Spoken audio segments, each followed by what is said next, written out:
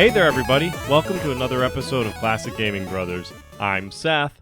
And I'm Zach. And we are the Classic Gaming Brothers. That's right. Right. We are the Classic Gaming Brothers. We have notes. We have a note from our producer. I got the note right here. Oh, you do? Okay, good. Yeah. He made photocopies, so we have multiple copies of the note just like scattered around. I thought they were always on sticky notes. Yeah, he photocopied the sticky notes, which is weird, because it's like the full sheet of paper with the tiny sticky note in the corner. Well, so here's the deal. In a previous episode, Zach made a comment about only eating beans that producer Doug bought for him. And Zach said that he was eating cold beans. And producer Doug said that Zach doesn't eat cold beans. He eats room temperature beans. And that is because they are in a can, and we can't allow any open flames in his corner. So they're not warm, but they're also not cold. Now, he did question whether or not this is the studio cold. And we would say it's pretty much the temperature of the outdoors since it is vacant. And we haven't turned the heat on, nor have we turned on the air conditioning. Right now, it's pretty comfortable, though. It is pretty. It's nice. It's balmy. That balmy. It's a little humid in my section. Oh. Anyway, that was our note from our producer. So thanks, producer Doug. It's always good to get notes from producer Doug. So, starting off, Seth, what have you been recently playing? Zach, recently I've been playing BioShock Infinite Burial at Sea Part 1. Very excited. This is, I would say, the penultimate BioShock game. And then with Burial at Sea Part 2 being the ultimate BioShock game. And then it's over. Until they make BioShock 4. But then I'll be prepared because I'll have played it all. And I'll know all the twists. Burial at Sea was released in 2 parts, 2013 and 2014. It's an expansion or follow-up to BioShock Infinite, but instead it's set in the world of Rapture, which Rapture is in BioShock 1 and BioShock 2. Rapture is not in BioShock Infinite. BioShock Infinite takes place in Colombia. BioShock takes place in 1958, and BioShock Infinite takes place in 1912. Anyway, in Burial at Sea, you play as a character from a previous BioShock game to Burial at Sea, and it is somehow the character from Infinite, Booker DeWitt. Now, Booker is a private detective who meets up with a mysterious femme fatale, Elizabeth, and Elizabeth tasks Booker to tracking down a young girl named Sally who went missing in the Fontaine department store. And as always, as we know, Frank Fontaine, he's a great man. Now, this Frank Fontaine's department store is actually an abandoned section of Rapture that was sunk to the bottomer of the sea. Yeah, it's just a little lower than the rest of the bottom of the sea, I guess. Yeah, but in fact, Andrew Ryan made Lower Sea and then put Frank Fontaine's department store there because Andrew Ryan does not like Frank Fontaine at all. He hates that guy. He really hates Frank Fontaine, and Frank Fontaine really hates Andrew Ryan. It's pretty much the underlying current of at least BioShock 1 and also BioShock Burial at Sea. And actually, there's parts of it in BioShock 2, because at some point in time, Andrew Ryan makes Fontaine's department store into a prison, which you get to experience in BioShock 2. So really, the hatred of Andrew Ryan and Frank Fontaine kind of permeates the series. So BioShock Infinite Burial at Sea is no difference. So it's a BioShock game. I like that it's BioShock Infinite mechanics in BioShock's world. So like there are plasmids, but they are drinkable like the Vigors. And they actually talk about it right in the beginning of the game where they're like, there's an advertisement where it says plasmids now drinkable. If you're afraid of needles, drink some plasmids. Yeah, I like that. And you can hear audio diaries of the inventor of the plasmids meeting Jeremiah Fink. So Jeremiah Fink stole the idea of vigors from his work on plasmids. And so then Suchan stole the ability to drink plasmids from Fink.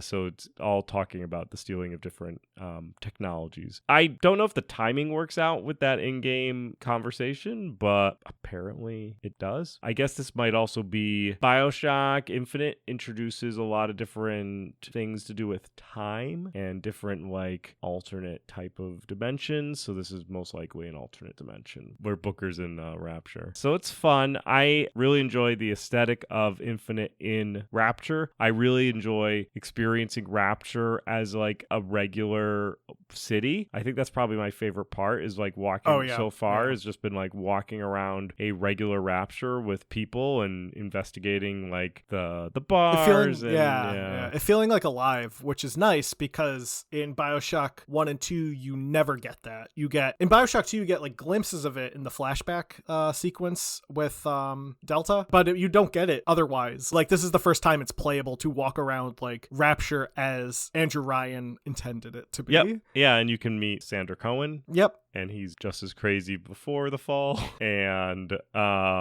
it's nice because it really shows that the fall of Rapture didn't make these people bad. These people were just bad to begin with. And it also shows just how dark the world is. There's like a guy who's like prostituting people out. And he's like, Andrew Ryan says that morality is for the lesser man. And it's really presents you with like a world that truly doesn't care about consequences or appearances, which is part of BioShock's aesthetic as well. So BioShock Infinite has a lot of people, not just enemies, but also civilians in it. And they brought that forward with BioShock Burial at Sea. It is a known development thing with the original BioShock that they weren't really good at making character models. Yeah. There's actually a conversation with developers. I think we talked about this in our BioShock episode where Bridget Tenenbaum, who's arguably one of the more important people in BioShock, you meet her in the original BioShock and she is kept in shadows, so you don't actually really get to see her face because she is, I think, the same model as somebody else. Because they repeated a lot of the models. They do a really good job in BioShock faking that and making it feel like everyone's unique. However, in BioShock Infinite, and thus where Burial Sea is at, they really do add in some really good NPC quality graphics and quality dialogue. Well, there's audio, I feel like, has always been great with BioShock, and audio is part of the reason why BioShock is so great as well. But anyway, so yeah, BioShock Infinite Burial at Sea, Part 1. I believe they're pretty short games. I don't think they're as long as the original games. So I'll talk about Part 2 soon, but if not that, then I will be done with BioShock, and I'll be so happy to put this series to bed, as it were. Zach, what about you? What have you been playing? Seth, recently I've been playing Sonic the Hedgehog 4 Episode 2. Originally released in 2012, Sonic the Hedgehog 4 Episode 2 is the second part of the unfinished Sonic 4 trilogy that Sega had planned. They actually officially canceled Sonic 4 Episode 3 shortly after the release of Episode 2. The game is okay. It's not really great, but it does fix a lot of problems that were present in Sonic the Hedgehog 4 Episode 1. For example, a lot of people complained about the physics, so they slightly fixed the physics. A lot of people complained that the level structure was kind of boring, so they fixed the level structure. And a lot of people complained that in Sonic the Hedgehog 4 Episode 1, all the levels were pretty much just the same levels as classic Sonic games with kind of a worse coat of paint. So they made original levels. You know, they did the bare minimum, which for Sega back in the 2012, that's a lot for them. They also added Tails, so you get to play with Tails. The game's physics are still not perfect, and ultimately that's probably where the game falls short, and also is why a lot of fans, myself included, don't really consider Sonic the Hedgehog 4 to be like a true Sonic 4, which sounds silly, but when Sonic Mania came out in 2017, we got to see what it was like for someone to put the effort in to make a game that felt true to the classic Sonic formula, and that was through Christian Whitehead using his retro engine to create Sonic Mania. And Sonic Mania is a great game, and I consider Sonic Mania to be more of a Sonic 4 than Sonic 4. However, I was in the mood to play Sonic because it was recently announced that a new 2D, 3D-ish style game is coming out called Sonic Superstars, which has it's 2D gameplay but with like a 3D aesthetic, so all the graphics and stuff are 3D models but in a 2D plane. But Sonic Superstars is based on the demos people have played. The demo hasn't been publicly available yet, but people have gotten their hands on it during a couple of recent game shows that they did. But people said that it feels like Sonic Mania but with 3D graphics basically, and they say it plays great. So I'm super excited for Sonic Superstars, and I kind of just wanted to like get myself into a Sonic mood, I guess, because I'm so excited about Sonic Superstars. And to do that, I was playing Sonic 4 Episode 2, which is not the best way to get yourself into a Sonic mood, but what is these days? But yeah, Sonic Superstars is supposed to be pretty cool. It's going to come out sometime during the fall of this year, and it will have local co-op multiplayer with drop-in, drop-out, up to 4 players, so you can have 4 Sonic characters running around on the screen. Yeah, that's what I've been recently playing. In today's episode, we're not talking about Sonic or BioShock, we're talking about a game that we've referenced, I think, in like the last 3 episodes in some form or another. That game is Dragon Quest. Yeah, I'm very excited about this episode because Dragon Quest is very popular, not in America. People like are aware of it here, but it's certainly nowhere near as big as it is in Japan, which we'll get to how big it is in Japan when we talk more about the legacy of the game. But to start us off with the history, our story begins back in 1947 Hokkaido, Japan, when Yoshihiro Fukushima was born. In 1975, at the age of 28, Fukushima would start his own company called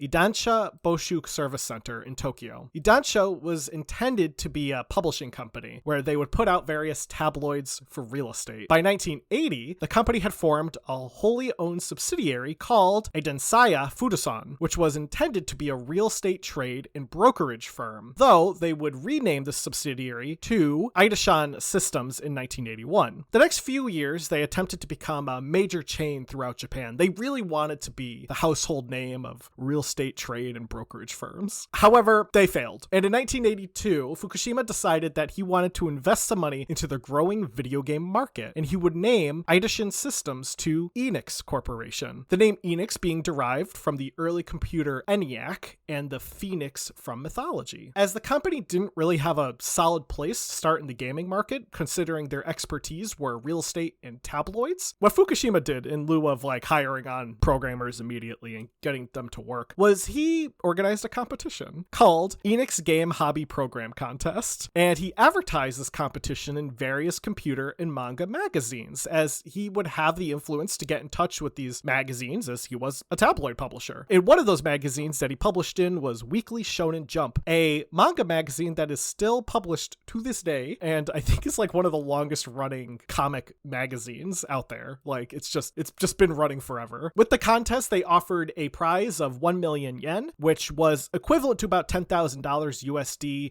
in 1982, though with inflation, it's actually more about 1.3 million yen in today's money, which is just under $10,000 USD. Wow, so, that's pretty cool. Yeah. That was back in the 80s? Yeah, back in the 80s. And that just shows you Japan's economy is pretty, there's not that much inflation, I guess. Now, some of the winners of this contest included Yuji Horii, who created the game Love Match Tennis, Koichi Nakamura, who created the game Door Door, and Kazuro Morita, who created the game Morita's Battlefield. Enix would publish all of these games for various Japanese PCs and the growing home console market. And now with this growing influx of cash that they had from these games, Horii, Nakamura, and Morita also began to expand. Nakamura would actually create an entirely new company called Chunsoft, which Horii worked for a bit and helped develop the game The Portopia Serial Murder Case. And Morita would establish Random House, which is unrelated to Penguin Random House, the American book publisher, and he would release his own games. Now, The Portopia Serial Murder Case is a fascinating little game. It's a murder mystery game that was heavily inspired by PC text adventures in the United States,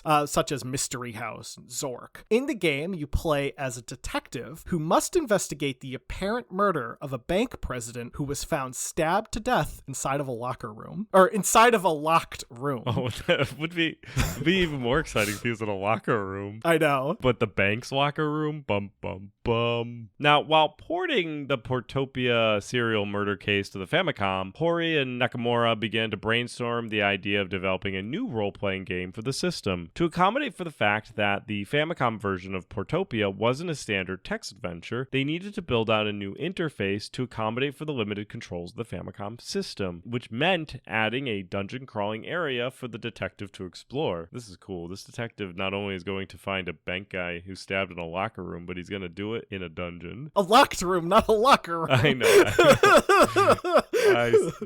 I can't get like the Baldur's Gate Eye of Beholder game going to a locker room. I'm just picturing like the detective opening the door and just seeing like this dead naked man with the white towel strewn over him. I mean, that's how bank presidents can die there too. I've watched enough Law and Order to know that. Now, adding this dungeon crawling area would start to inspire Hori and ultimately give him the idea for a menu-based command system. This idea would slowly begin to flesh out and become what's now Dragon Quest. Another inspiration to them was the game Wizardry, which Hori and Nakamura both had a chance to play at Macworld Conference and Expo. Not only did Wizardry help with the reworking they needed to do on Portopia, but it also inspired Hori through its visuals. Hori really wanted to bring the experience of Western RPGs to Japan, and I think we talked about this at one point in time when we did our JRPG episode with Mike Case, infamous toy collector and Star Wars Cantina podcast host. We talked with him many years ago.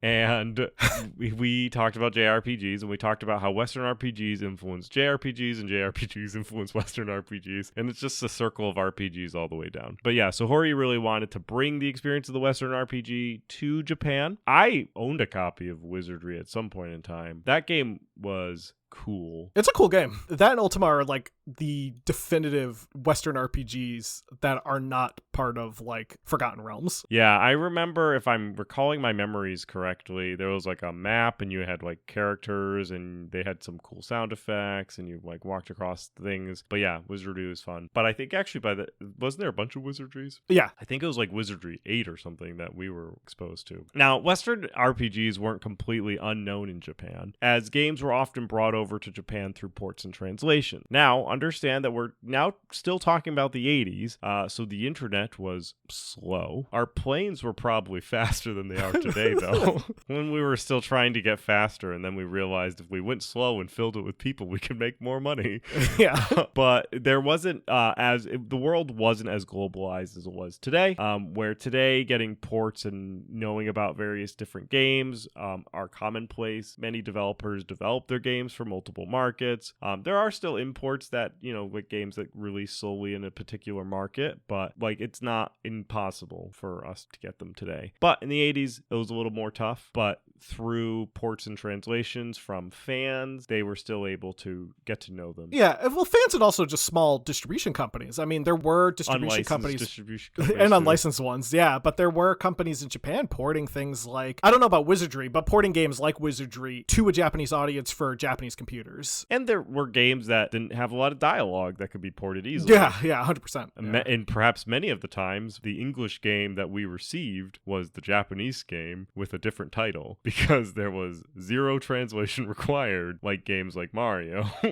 So now, the Dragon Quest, Hori and Nakamura, those guys weren't the first people to think about this idea of having Western-inspired RPGs. That was already a genre in Japan, such as Black Onyx, which was developed by Hank Rogers, the same Hank Rogers who would go on to introduce the world to Tetris. And Black Onyx is a Japanese game that was inspired by Western RPGs released in Japan. Now, these games were often limited to PCs because it was easier to generally make RPGs on PCs. PCs, especially at this time, were the easiest thing to work on in regards to making games, and it just complicated things when you wanted to make something for the console. However, Hori and Nakamura knew that whatever game they made, they wanted to simplify the gameplay to accommodate 2 buttons because they wanted to release it on the Famicom. And that's another thing. PCs had keyboards because you had to have an entire keyboard to write because PCs were also word processing units. So you had to have a lot of keys. The Nintendo Entertainment System, I think, has 1, 2, 3, 4, 5 keys, 2 of which are start and select. Then your A and B button, and then your D-pad. So you don't have a lot of button combinations on an original Nintendo. RPG games, especially like the gold box games in D&D that were coming around the same time, they used all sorts of keys. Yeah.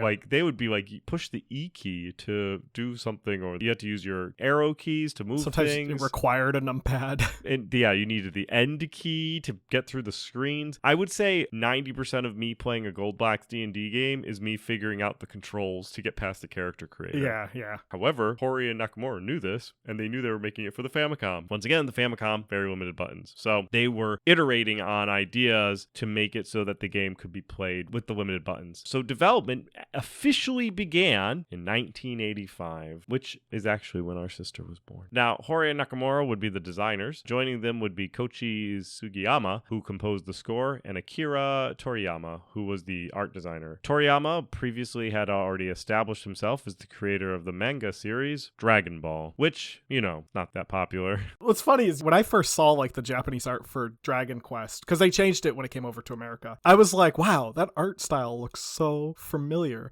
And it's because Akira Toriyama draws all his characters the same. They all look like Dragon Ball characters. He's just like, I just draw this Goku looking character 16 times. Yeah, exactly. And they pay me so much money. Sometimes I have to draw a little short character like Krillin. Now, one element that Hori wanted to make sure was emphasized was the storyline and the ability for characters to level up and get stronger. He also wanted to distance the game from RPG experiences that may be daunting to new players, like the kind that you find in Dungeons & Dragons games or even other Western RPGs. So like as Seth mentioned, in Western RPG games, you'd have every single key on your keyboard to guide you through the character creator. Hori didn't want that. He wanted you to boot up the game and start it. And so you had characters that were essentially blank slates, but that would level up through progression in the game, not necessarily through like dice roll mechanics and building out your stats and stuff like that. Like you didn't need to have a character that was like all charisma. Now, the Famicom was also ultimately picked over other systems due to the fact it was the most easily accessible for people. Everyone basically had a Famicom, so obviously you wanted to appeal to the widest audience. They also decided not to make an arcade version of the game, as they wanted players to not have to worry about spending money if they got a game over, and give the players an opportunity to start from wherever they left off, which props to them, but can you imagine a JRPG in an arcade cabinet? Some of these games are like 40 hours long, just like shoved into an arcade cabinet. It would kill people.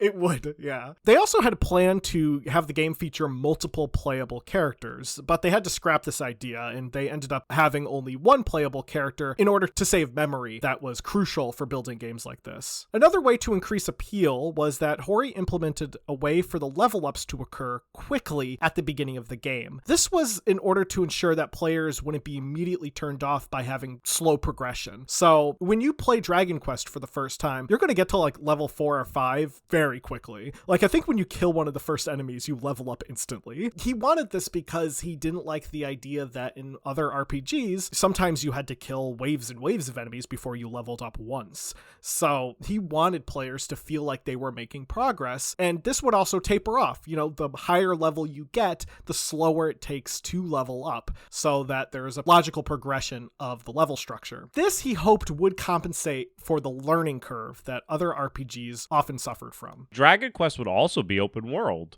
so players could really traverse the entire map. While there are no physical barriers to prevent you from exploring, you may encounter stronger enemies in certain areas that would force you to backtrack to begin to build your character up. It's like when you get to a really far location in Pokemon and you're underleveled and the trainers just beat the crap out of you. Now, Dragon Quest would be released in May of 1986 in Japan. The localization of the game started soon after, but required some changes. One was the title. Dragon Quest was already a game in America, specifically a pen and paper RPG published by Simulations Publications. Due to this, the game would be renamed for the North American audience as Dragon Warrior. Other changes to the game included updating the graphics to allow for characters to face all directions and closer match Dragon Quest 2 and 3, which, by the time that the game was done being localized, were actually out. So they were already released, because it not only does it take a long time to localize games, but this is the era when they were just churning games out.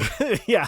So they were churning games out, and it took them a while to localize. Another change to the North American version was adding a battery backup, meaning that you were not required to write down a password to continue your progress, something that you did have to do in the Japanese version. That localized version of the North America would be released in 1989 for the NES. Now, the story of Dragon Quest involves you assuming the role of an unnamed hero who has arrived at Tintangel Castle. A guard at the castle tells you that a dragon has kidnapped the princess, and you must go to save her. During your quest to save the princess, you discover an ancient tablet hidden inside a cave, which outlines the steps you need to take in order to ultimately stop the Dragon Lord. Now, as a fun spoiler for the original game, you have the option to actually side with the Dragon Lord or to challenge him, and there's like alternate endings. I think if you side with the Dragon Lord, I think there's in one version of the game your character wakes up from a nightmare. Oh, that's fun. I like that. It's kind of like whether or not you decide to be good Revan or bad Revan. Yeah, exactly. The game is a turn-based RPG, and like other turn-based RPGs, you must fight various enemies while also upgrading your characters in areas like hit points, magic points, and experience points. Enemies will drop items or gold, which you can use to stock up your character in the various shops across the world you explore. There are also NPCs to talk to, and gameplay in Dragon Quest is kind of unique in that it consists of various windows that will appear on your screen. The main window will display the enemy, and below the enemy is a descriptor box. It might say something like, "A slime has approached. What do you do?" And above the image window will be the command window, where you can choose to like fight, use your spells, run, or use an item. And then to the left is your stats. So it will tell you what your hit points are, what your attack is, and what your magic points are. So you can keep track of that and ultimately, hopefully, win the fight against the slime. The slimes in Dragon Quest, by the way, are like the symbol of Dragon Quest. They're these like blue, they look like blue poop. That's like the best way to describe them, is they're like teardrop shaped blue characters with smiley faces and like a tongue that sticks out. Now, Seth, tell me, how did Dragon Quest do? How did Dragon Quest do? Well, the game sales started slow. In fact, the financial wizards over at Enix were actually concerned they were going to lose money on the project. They were like, wow, based on the sales trajectory and the amount of money we spent on this, we're forecasting a loss. Hori, though, was like, wait a minute. I have connections to some magazines, so I'm going to go back to Shonen Jump and write some articles for them, and they'll publish them because they like me. So he wrote some articles in Shonen Jump to promote the game, and sales started to rise, and they went up very quickly. And it's very possible that Hori saved at least commercial success, as after the articles were out, within the first 6 months, 1 million copies were sold. And in total, before Dragon Quest 2 would come out, 1.5 million copies of the original version were sold in Japan. Dragon Quest 2 came out the next year, so like within a year there were 1.5 mil. Now, the North American version also didn't sell well at first and was projected in North America to be a commercial failure, which is when you sell under the amount that you spent. However, Nintendo Power would offer a subscription giveaway, and this would help bolster the game sales. The game would go on to sell about 500,000 copies in the US and would be the third best-selling game in 1989, followed by Tetris and Super Mario Land. Later remakes of the game would also sell well, with the Super Famicom version, which is bundled with Dragon Quest II, selling 1.2 million copies in Japan. The series as a whole has sold incredibly well. The first 3 original Dragon Quest games sold a total of 14 million units across Japan and the United States, and in total, the entire series has sold approximately 85 million units and has made around $5.4 billion with a B dollars. But there's a lot of them, so that's $5.4 billion spread out across a pile of games. Across a pile of games, across a long, long time. And Dragon Quest does have a legacy. While it wasn't the first JRPG, Dragon Quest would ultimately define the genre as we know it. Not only did more games take heavy inspiration from Dragon Quest in the years to come, but it was also, established a lasting franchise. To date, there are 11 numbered titles in the Dragon Quest main series. The most recent one came out like 2 years ago, I think in 2021. Outside of the main series, there are spin-off titles. There are 6 titles in the Dragon Quest Monster series, going to be 7 as the most recent Dragon Quest Monsters game was announced as of recording today. There are 4 titles in the Dragon Quest Mystery Dungeon series, 3 games in the Slime series, and 12 other spin-off games, just various that don't follow any particular series. Right, but they've made billions of dollars.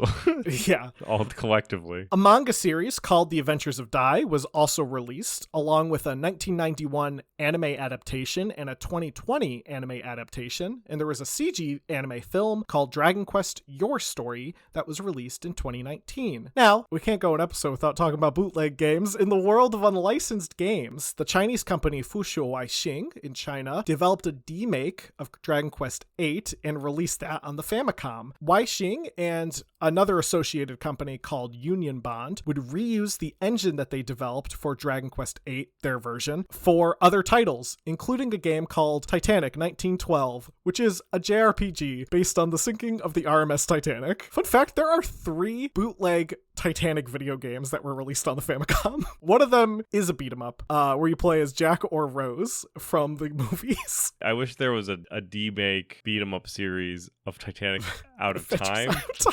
I was just thinking where you beat up Colonel Zeidel. Man, if only we were good at animating 8-bit things, then we could make it. Now, in the world of licensed games, the hero from Dragon Quest has also appeared in various things, including as a new character in Super Smash Bros. Ultimate. And he's just called Hero, which is always fun because you name him, so he doesn't like have a canon name. Hori, the developer, the creator of Dragon Quest, became a household name in Japan. Some people say that he's as familiar to Japanese audiences as Steven Spielberg is to the United States audiences. He is apparently more familiar to Japanese audiences than Shigeru Miyamoto, the creator of Super Mario Bros. The series is so popular that there is a popular rumor that was actually confirmed to be true by series producer Yu Miyake, which is that Dragon Quest games are not allowed to be released on weekdays. And to this date, it is the only game series in Japan that is released on Saturdays. This is due to the fact that when Dragon Quest III came out, so many kids skipped school to buy copies of the game that the police got involved and they had to contact Enix instead. Don't ever do this again. And in America, they would have said, try and stop us. Yeah. I just think this is such a fun rumor because I know there's all these rumors all the time about like video game stuff and how it affects the real world. Like the Space Invaders rumor, right? There's a rumor that Space Invaders caused a yen shortage in Japan, which many people dispute because the yen shortage was just happening at the same time. But like Dragon Quest is not allowed to come out on weekdays because school kids will just not go to school. I love that for them. That is great. And yeah, that is Dragon Quest. That is our Dragon Quest episode. Now let's get into our retro rewind. So Seth had me play Lester the Unlikely, and I really wish he didn't. Released in 1994 by Visual Concepts for the Super Nintendo, you play as Lester, who is, without mincing many words, a geek. He is like wears a white button-down shirt. He has like Coke bottle glasses. He has high-waisted pants. He has Converse. He looks like a nerd. He looks like the angry video game nerd, actually. Lester is easily frightened and can barely walk back and forth. Sometimes while you're walking, he just randomly will do a dance where he thrusts at the screen. And you can't stop him. In fact, when you encounter your first enemy, a turtle, Lester will scream and run away from it without any control. You'll lose control of the character as Lester just runs away from a turtle. Apparently, later in the game, you become more confident, but I honestly couldn't get to that point because I died a couple of times because Lester takes fall damage and your first obstacle are things that you have to climb. So yeah, I thought the game was bad and I hate it. I hate Lester the Unlikely. Though GamePro gave it a 4 out of 5, so maybe I'm wrong. Though GamePro, I think, is wrong. Next week, Seth, you can play Harley's Humongous Adventure for the Super Nintendo. Perfect. I'm looking forward to it. Now, Zach had me play Micro Machines for the NES, which arguably is much better than Lester the Unlikely, and came out for an older system. Now, it was originally developed by Codemasters and published by Comerica for the Nintendo Entertainment System in 1991. It's themed around the old Galoob Micro Machine toys, and I just love the name of Galoob. I think they're a great toy company. Players race in a miniaturized toy vehicle around various environments, and this is the first installment of the Micro Machine video game series. It plays like a top-down version of Pro-Am racing for the Sega Genesis and Super Nintendo, which is an isometric racing game where you play as little remote control cars. This one you play as even smaller, farther away Micro Machines. And you can play as different vehicles. You can play as a boat, you can play as a car, you can play as a Jeep. The tracks are also very unique environments that you would race Micro Machines, like bathtubs or a desk with a bunch of crap on it, and you have to avoid the obstacles such as the person's crap that they left on the desk, like a notebook. I played as the character Spider, who appears to be a man who's wearing a costume, not a Spider-Man costume, but just like a mask, and appears to be doing so for no reason, since there's other racers who are not in costume. So that was fun. And I did all right in the game. I qualified and I placed first on my first couple of races, and then there are two buttons. The one button goes forward, the other button goes back, and on my third race, I pushed the wrong button. So instead of racing off to be first, I raced off to be last. But Micro Machine, I think, is a fun romp of racing. You can actually do two-player co-op, and so that is a good aspect. So if you're interested in playing a Micro Machine racing game with some pretty good controls and pretty fun gameplay with your friend, boot up old Micro Machines for the NES. I definitely think it holds up. And Zach, you can play for next time a game I would like to call Shaq Fu for the Sega Genesis. Sweet. I actually have a copy of that, so I can just play it. Play my copy. Anyway, that will do it for today's episode. If you have any memories about Dragon Quest that you would like to share, you can email us at classicgamingbrothers@gmail.com. Our website is classicgamingbrothers.com. We're on Facebook, Instagram, and Twitter. Facebook and Instagram are Classic Gaming Brothers. Twitter is CG Brothers Pod. We can be found on all the various podcasting applications out there, such as Stitcher, iHeartRadio, Podbean, etc. And with that, Seth, do you have anything you would like to contribute? Don't play games like my brother. And don't play games like my brother. I've been Seth. And I've been Zach. And we've been the Classic Gaming Brothers. That's right. That's